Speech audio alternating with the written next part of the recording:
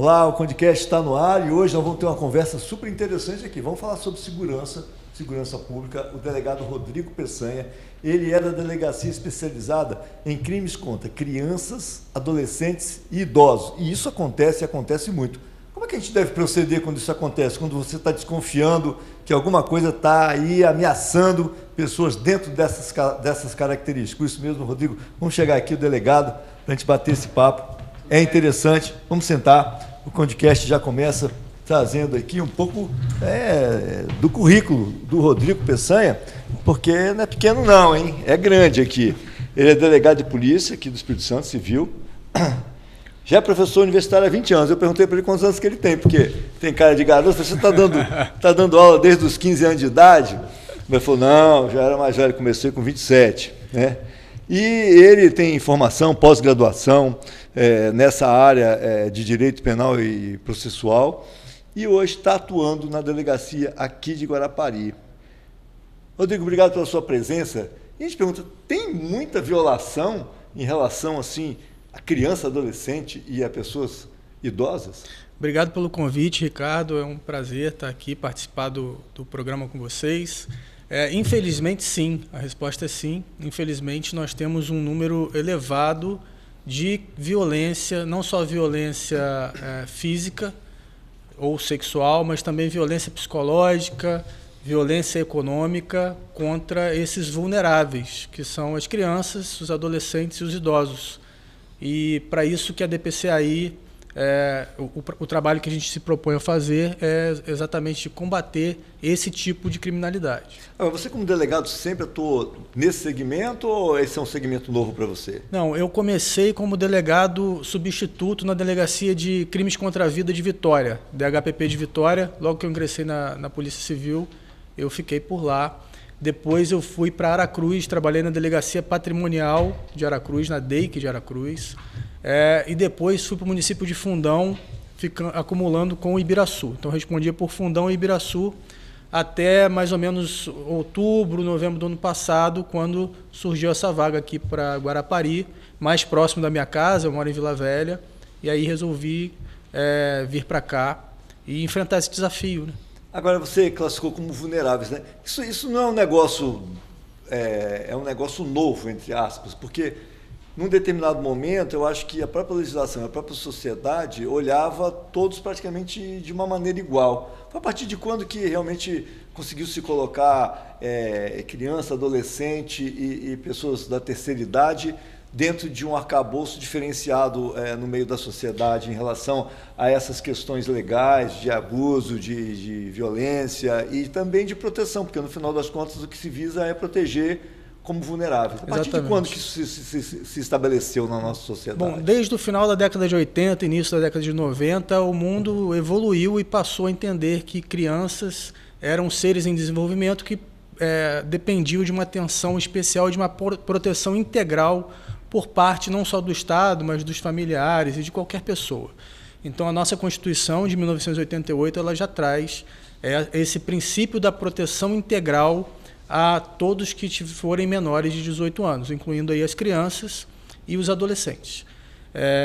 Aí na década de 90 foi aprovado o Estatuto da Criança e do Adolescente e só mais recentemente é que nós passamos a ter o Estatuto do Idoso. E aí essas legislações reunidas, elas compõem aí, digamos assim, um arcabouço jurídico capaz de enfrentar de maneira muito efetiva essa violência, de modo geral que eu digo, né, contra esses vulneráveis, tá?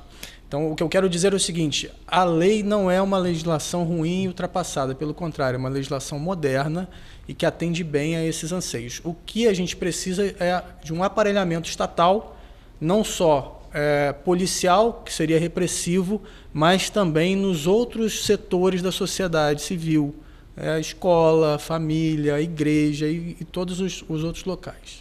Agora, deve haver um padrão, existe um padrão assim que se repete mais? Porque quando a gente vê violência, por exemplo, contra a criança, Existe um padrão ou é muito variado, o espectro é muito grande em relação a abusos que existem? Não só falando, quando falo em abuso, parece que é abuso sexual, né? Todos os tipos de abuso. Existe um padrão ou é muito variado que chega lá para você pesquisar e investigar? É variado, mas a gente pode procurar alguns traços em comum. Assim.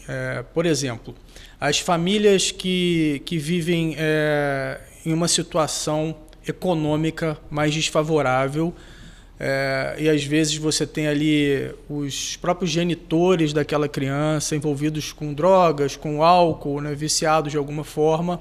Essas famílias têm uma propensão maior a apresentar esse tipo de violência contra a criança. Não só a violência sexual, como você bem disse, mas também maus tratos, abandono afetivo, abandono econômico. E aí, em todos esses casos, a gente intervém. Tem uma estatística que a gente possa dizer que a população de baixa renda sofre mais esse tipo de questão? As crianças de população de baixa renda sofrem mais? Ou isso é meio mascarado? Muitas vezes na classe média tem violência, até na classe mais alta tem violência, mas isso não aparece. Como é que isso se dá? Assim como a violência contra a mulher, por exemplo, né, que é atendido pelas DEANs aqui do Estado. São violências que ocorrem em todas as camadas sociais, o mesmo acontece em relação aos crimes contra crianças, adolescentes e idosos. Ocorre que esses casos que acontecem em setores que possuem uma renda mais elevada da população são subnotificados. Muitas vezes não chega ao nosso conhecimento.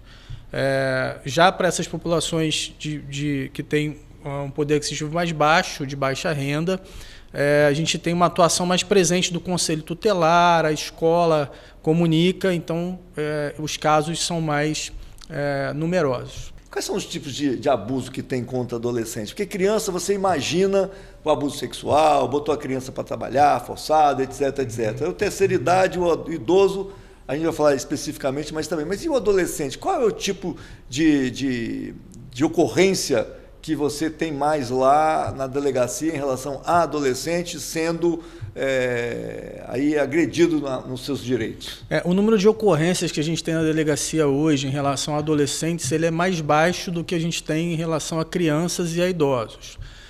Geralmente, o adolescente ele tem maior capacidade de verbalização, de se expressar, e aí, se ele é vítima de uma violência sexual, ele logo fala com alguém, ou com uma amiga, ou com algum conhecido, ou com alguém da escola, então os casos são menos numerosos do que com as crianças. A gente tem alguns problemas de adolescentes ligados a abandono realmente afetivo e material. Então, muitas vezes o adolescente foge de casa, sai de casa, a família muito desestruturada, e aí você precisa fazer um trabalho ali muito mais social do que policial para tentar, de alguma forma, minimizar aquele quadro. Agora, a gente vê, você falou uma coisa de que é o abandono econômico também. E isso se dá muito com a terceira idade, né? Muitas vezes as pessoas não sabem, mas filhos, netos, qual é a responsabilidade que um filho, que um neto tem em relação a um pai ou um avô da terceira idade? Olha, o meu pai ele não tem dinheiro, mas o orçamento dele não fecha, mas eu não tenho nada a ver com isso. Isso não existe, infelizmente é muito comum que ocorra, né? Existe um dever de solidariedade recíproco entre os familiares de um modo geral. Então, assim como os pais e mães têm responsabilidade em relação aos seus filhos, da mesma forma os filhos têm responsabilidade de cuidado, de proteção em relação aos pais, principalmente os idosos, não só os idosos, mas principalmente os idosos. Então, existe uma responsabilidade civil dessas pessoas e também uma responsabilidade criminal se aquela conduta configurar algum tipo de crime previsto no Estatuto do Idoso, como, por exemplo, maus tratos, abandono, realmente, né? Situações que a gente tem relatadas de idosos que são deixados em casas de repouso e a família nunca mais vai lá, abandona aquela pessoa, e é um drama realmente, né? Porque você vê pessoas frágeis, de idade, 85, 90 anos, que têm, às vezes, diversos filhos, aí cada um está num canto do Brasil e ninguém liga para aquele idoso. É preciso que o poder público, então, intervenha nesses casos para prestar um acolhimento adequado. Sim, mas aí você falou poder público intervenha, mas cabe, por exemplo, uma investigação, por exemplo, o indivíduo está lá, está num asilo, ele está num asilo, esquecido, a família não aparece, pode haver uma denúncia, olha, a família deixou ele aqui esquecido. Essa família tem algum tipo de penalidade para ela? Ela pode ser penalizada por isso? Olha, mas eu não gosto do meu pai, eu não quero saber, mas não tem jeito, você é filho biológico ou afetivo, tem essa responsabilidade? Então, existe a responsabilidade não só civil, que seria a parte econômica, mas também a responsabilidade criminal pelo abandono desse idoso. Então, toda vez que a gente recebe esse tipo de informação, instauramos um procedimento para investigar e aí, identificando os responsáveis, a gente chama essas pessoas e elas responderão, sim, criminalmente. Bom, hoje em dia nós estamos vendo uma coisa que, quanto mais a gente vê o avanço das redes sociais, né, muita interação, muita imagem, muito post falando de uma coisa e da outra, mas o que a gente vê é que muitas vezes há uma ausência de afeto, a presença afetiva também, isso também pode caracterizar uma questão errada. Quando eu falo afetivo, por exemplo, de pai para filho, olha, eu dou tudo, dou dinheiro, dou isso, dou aquilo, mas falta o afeto. E isso também com a terceira idade, dá para mensurar isso como uma coisa errada, como uma irregularidade no comportamento da pessoa? Sem dúvida, a falta de afeto ela é muito mais prejudicial do que a falta de dinheiro. Existem famílias que ganham muito pouco e você percebe ali uma alegria, uma felicidade, uma harmonia entre aqueles familiares e, do outro lado, existem famílias com uma renda muito alta e com um afastamento enorme entre os membros dessa família. Então, todos nós trabalhamos muito e aí eu saio de casa cedo, chego tarde, assim como a grande maioria das pessoas, né? E com isso, as crianças acabam ficando meio relegadas a um segundo plano. Então, é importante que os pais e as mães acompanhem de perto os seus filhos, né? Tenham tempo de qualidade com eles, façam atividades juntos e, principalmente, na fase da adolescência, tenham ciência do que é que os seus filhos estão consumindo pela internet, porque ali é um ambiente que tem de tudo, tem muita coisa boa e tem muita coisa ruim também, né? Quando a gente fala da questão, vou botar assim como uma questão jurídica, né?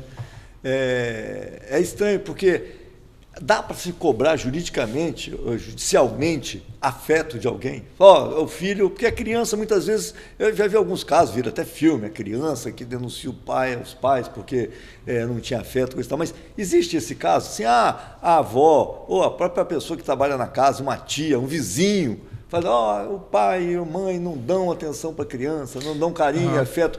Pode ser cobrado isso aí judicialmente do pai, carinho e afeto? Pois a gente tem algumas decisões do Superior Tribunal de Justiça no sentido de condenar esse pai que é ausente do ponto de vista emocional, condenar a pagar alguma coisa, algum tipo de indenização, mas não tem dinheiro que pague um abandono afetivo, né? Então, não é possível que você possa, através de uma ordem judicial, obrigar um ser humano a ser amoroso com outro ser humano. Isso é uma questão que se situa muito mais, né, no aspecto ético, social, de nós todos enquanto seres humanos que somos. Mas do ponto de vista jurídico é sim possível condenação que vai acabar se reduzindo em alguma coisa pecuniária. Você, como delegado, então participa de investigações também, é evidente, né? Sem a gente citar o caso especificamente, existe algum caso, algum tipo de investigação dessa, da delegacia, que foi para você atípica ou que vale a pena ressaltar? Aconteceu isso assim, assado? É possível falar sobre isso? A gente, infelizmente, temos aqui muitos casos ligados principalmente à violência sexual. Posso te garantir que todos eles me afetam de um modo muito especial, porque sou pai, tenho um neto de 5 meses, tenho vários filhos, tenho três... Você é precoce, já falou que dá 20 anos de aula. Já tem nessa, você está com 60 anos, que nem eu, cara. Estou com 47, mas eu tenho 3 filhos biológicos, 2 do coração, agora uma nora também, né, do coração. E esse meu enteado de 17 anos tem um filho, e meu netinho de 5 meses apenas. E isso me afeta muito pessoalmente, porque eu vejo coisas absurdas que acontecem, né? e é impossível você não chegar em casa, olhar os seus filhos ali brincando dentro daquele mundo que é um mundo que eu tento fazer da melhor forma possível para eles e não lembrar daquelas crianças que passaram ali por uma violência sexual praticada, no mais das vezes, por aquele que teria o dever e a obrigação de protegê-lo. Um pai, um tio, um avô, um padrasto, alguém que aquela criança olha como se fosse alguém para protegê-la e essa pessoa é capaz de atos bárbaros contra essa criança. Então, desde que eu entrei aqui na delegacia, na DPCAI, em outubro ou novembro do ano passado, nós já fizemos 8 prisões por estupro de vulnerável. É um dos crimes, para mim, mais graves que existem. Nós conseguimos, então, fazer essas prisões. Ainda existem outras para serem cumpridas. As investigações caminham sempre, né? Não para ali. Mas a gente está atento a todos esses casos e tentando intervir da melhor forma possível. Esse caso da violência sexual, ele é interessante pelo que você colocou. Geralmente, dificilmente é um estranho que chega e violenta uma criança, né?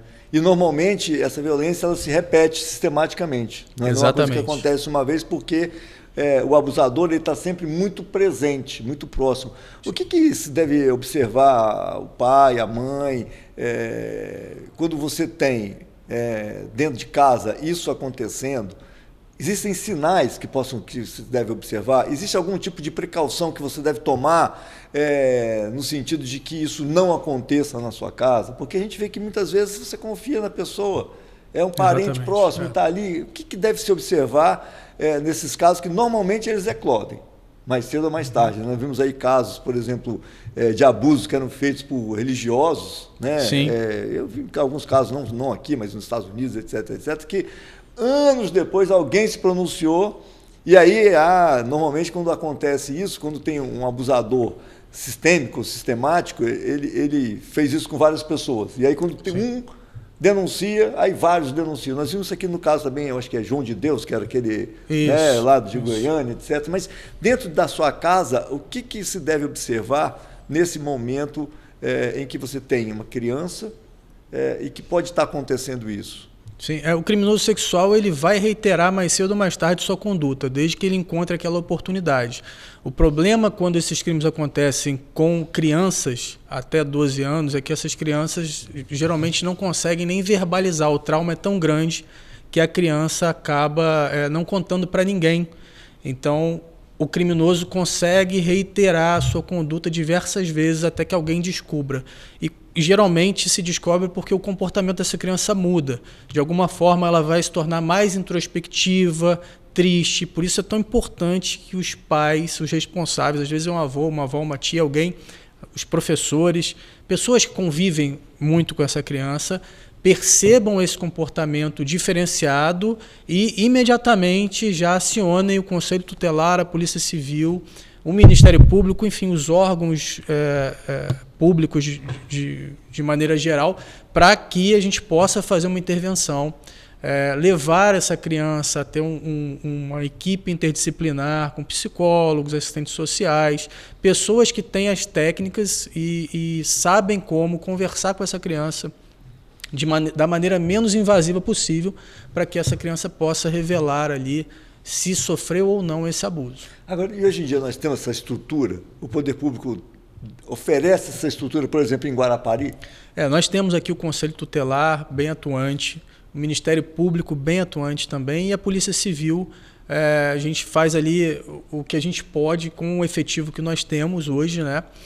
Não é o ideal, mas a gente tenta resolver da melhor forma possível esses casos. Então, em relação a essa equipe interdisciplinar, o Conselho Tutelar é preparado para fazer essas oitivas da maneira, como disse para vocês, menos traumática possível para essa criança, né, que já está ali, já é uma vítima, para evitar a revitimização, para evitar que ela fique revivendo aquilo. Agora, quando a gente fala em abuso sexual, a gente fala sempre em criança. E para idoso, tem abuso sexual de idoso também? Olha, por incrível... Tem a história do velho da lancha. O velho da lancha é abuso sexual? Por incrível que pareça, nós temos um caso aqui bem diferenciado até na delegacia aqui de Guarapari, de um idoso de 81 anos, 81 ou 82, não me recordo bem agora, que foi estuprado, né? Foi estuprado, mora numa região rural e ele sofreu uma violência sexual. Quer dizer, quem imagina que um indivíduo já idoso, com mais de 80 anos, possa ser vítima de abuso, mas acontece, sabe, Ricardo? Infelizmente acontece. Agora, falando sobre adolescente, brinquei essa questão do velho da lancha, mas a gente sabe que muitos adolescentes, meninas e meninos, se prostituem, né? Então a pessoa, ela tem 16 anos, já é uma mulher, muitas vezes, tem corpo de mulher, tem uma formação de mulher, mas é um adolescente. Sim. Como é que fica essa situação de uma que se prostitui e ela pode haver, aí foi uma pessoa lá, um homem, teve relação, pagou para aquela menina com prostituição, ele pode ser enquadrado como um criminoso naquele caso ali? Então, se alguém estiver de alguma forma explorando economicamente a atividade sexual de outra pessoa, isso é crime, independentemente da idade. Tem um membro do Conselho Tutelar, que é o Ebenezer Ramalhete Ferreira, que é o Bonó, ele fez uma pergunta e a gente vai apresentar essa pergunta para você aqui. Legal. Boa noite, doutor. O que o senhor acha que ainda está faltando para que a rede de proteção funcione de uma forma efetiva e integrada em benefício das crianças e adolescentes do nosso município? Tá aí a pergunta. Então, eu acho que a gente tem uma falta de servidores, não só na polícia, mas no Poder Judiciário, nos municípios em geral. Então, acredito que mais profissionais capacitados, treinados para o atendimento da população seria importante e ajudaria bastante o desenvolvimento do nosso trabalho. Recentemente nós tivemos aqui em Guarapari um caso que moradores de rua, né, estavam lá abrigados num estabelecimento comercial e aí o dono do estabelecimento tinha uma criança junto. Chamou o conselho tutelar e aí deu uma confusão danada porque um queria matar o outro e tal. Do galão de gasolina? Foi, o cara queria botar fogo no restaurante do indivíduo que chamou o conselho tutelar para resolver aquela situação, né? A gente tem essa situação também. Como é que fica nesse caso um morador de rua que ele já é completamente, entre aspas, vulnerável, ele está completamente desassistido. Ainda tem criança, muitas vezes, crianças de colo lá no meio.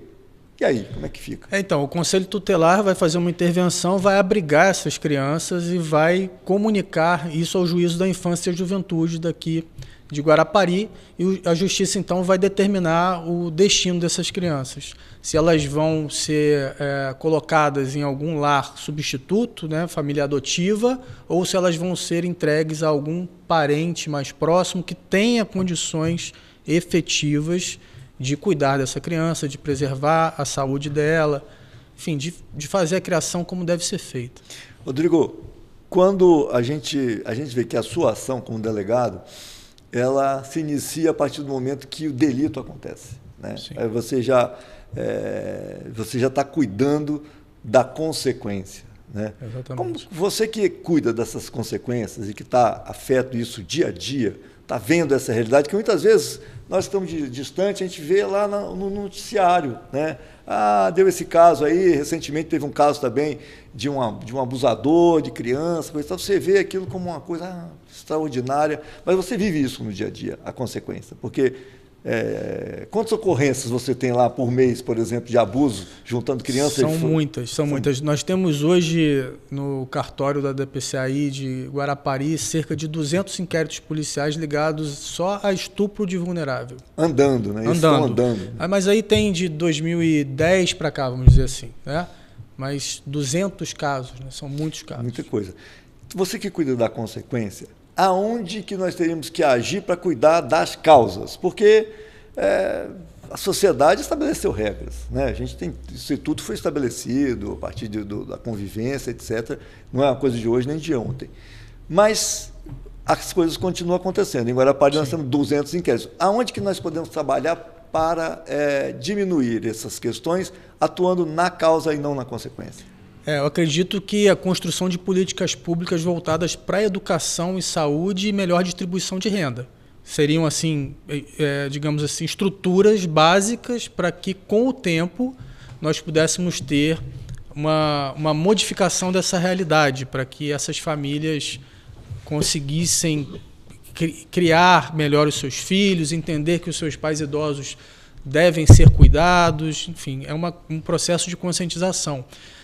Como se disse, a gente trabalha na repressão, né? A Polícia Militar ela tem um trabalho preventivo, ostensivo, de patrulhamento para evitar a ocorrência do crime, e quando, de alguma forma, o Estado não consegue coibir a prática da infração penal, a Polícia Civil entra para fazer essa coleta daquelas provas inicialmente ali, identificar os responsáveis e entregar para o Ministério Público para que ele, então, promova essa ação penal, para que ele possa levar esse criminoso a julgamento através do Poder Judiciário. Mais ou menos essa estrutura, né?